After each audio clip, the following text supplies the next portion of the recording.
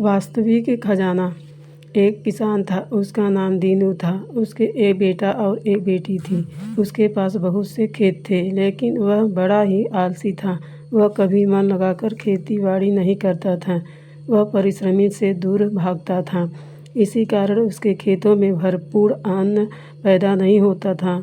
उसके परिवार को भी भरपेट भोजन नहीं मिल पाता था। ही रहा करते थे। गांव के पास एक महात्मा रहते थे।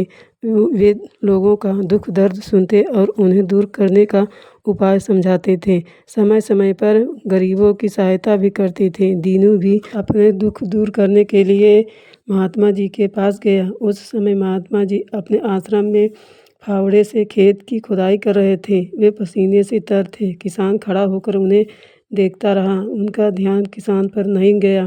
काम समाप्त होने पर महात्मा जी ने दीनू से उसके आने का कारण पूछा।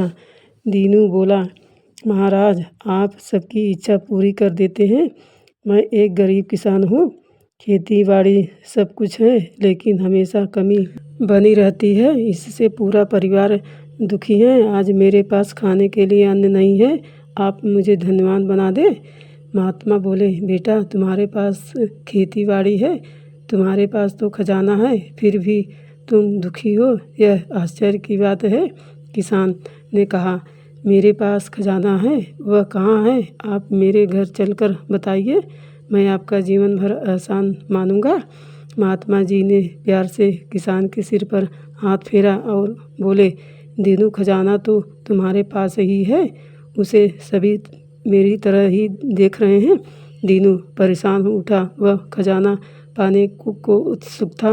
महात्मा जी उसकी बात समझकर बोले, क्या तुम अपने खजाने को बेचना चाहते हो? मैं उसको खरीद सकता हूँ। दीनू प्रसन्न हो गया। उसने तुरंत कहा, मैं अपनी सभी वस्तुएं बेचने को तैयार हूँ। महात्मा जी ने कहा, मुझे तुम्हारी एक आँख की आवश्यकता है। मैं इसके बदले तुम्हें 20,000 रुपये दूंगा। दीनू घबरा गया और बोला, नहीं महाराज, एक आँख के बिना तो मैं काना हो जाऊंगा। महात्मा बोले, बेटा, तुम्हारे पास तो 2 आँखें हैं, दो हाथ पैर हैं। अपने अंगों की शक्ति को पहचानो। इस मूल्यवान शरीर से शक्ति के अनुसार कार्य करो। जीवन में कभी दुखी नहीं रहोगे। महात्मा जी की बात सुनकर दीनू प्रसन्न हो गया।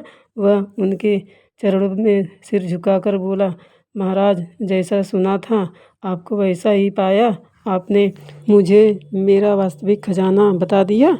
दीनू खुशी खुशी अपने घर लौट आया और अपनी खेती बाड़ी में जी जान से जुट गया। इससे उसका आलस्य भी जाता रहा। दिन रात के परिश्रम से उसकी खेती लहला उठी। दीनू के घर में अब खुशहाली आ गई थी। उसे वास्तव में खजाना मिल गया था।